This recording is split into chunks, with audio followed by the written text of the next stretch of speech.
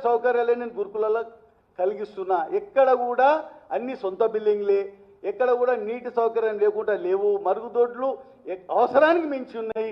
పిల్లల ఫుడ్ విషయంలో ఇప్పటిదాకా నా ప్రభుత్వం వచ్చిన 2 సంవత్సరాలలో 2.5 సంవత్సరాలు ఎక్కడ కూడా ఫుడ్ విషయంలో ఎవ్వరు కూడా బాలబాలికలకు ఇబ్బంది కలగలేదు.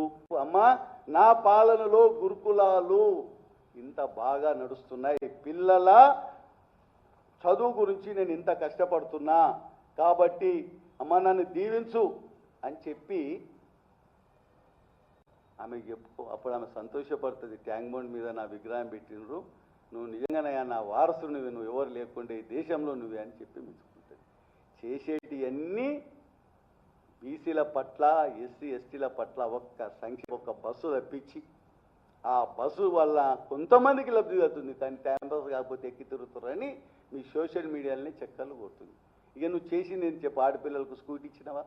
ఇయలే.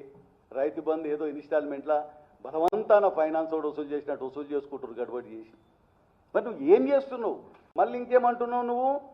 నేను నియోజకవర్గంలోని 200 కోట్లతో యంగ్ ఇండియా సమగ్ర పాఠశాలలు, యంగ్ ఇండియా స్పోర్ట్స్ యూనివర్సిటీలు ఏర్పాటు చేస్తున్నాను.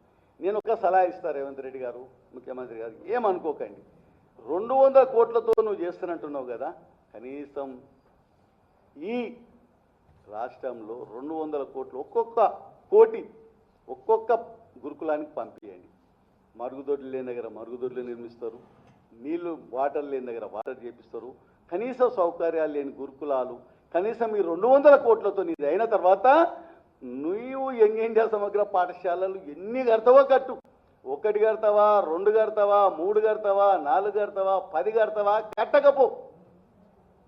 కనీసం ఉన్న గురుకులాలు పేద పిల్లలు వచ్చి చదువుకోవడానికి వస్తున్నారు.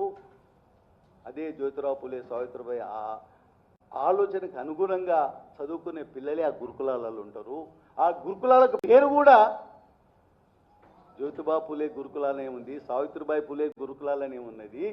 వాళ్ళ ఆశయాలను నిలబెట్టినోళ్ళైతే మొన్నొకటి నేను ఇట్టే ప్రెస్ మీట్ పెట్టి చెప్తే సంతోషం.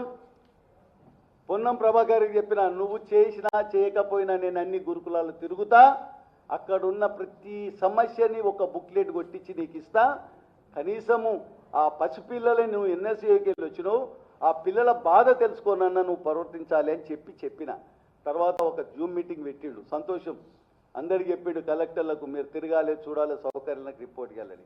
ఇవాళ నేను ఒకటే చెప్తున్నా, మీరు విగ్రహాలు పెట్టడము సంతోషము, మన బడుగు బలహీన సంబంధించిన వ్యక్తులను గౌరవించడం సంతోషం.